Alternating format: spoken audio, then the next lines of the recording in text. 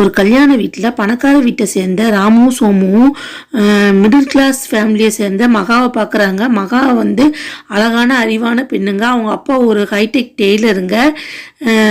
சோமு வந்து நகை துணிமணிகளோட மகா வீட்டுக்கு பெண் கேட்டு செல்கிறாருங்க. அதே நேரத்தில் ராமு வந்து பழம் பூ இந்த மாதிரி வாங்கிக்கிட்டு அவங்க வீட்டுக்கு பெண் கேட்க செல்கிறாருங்க.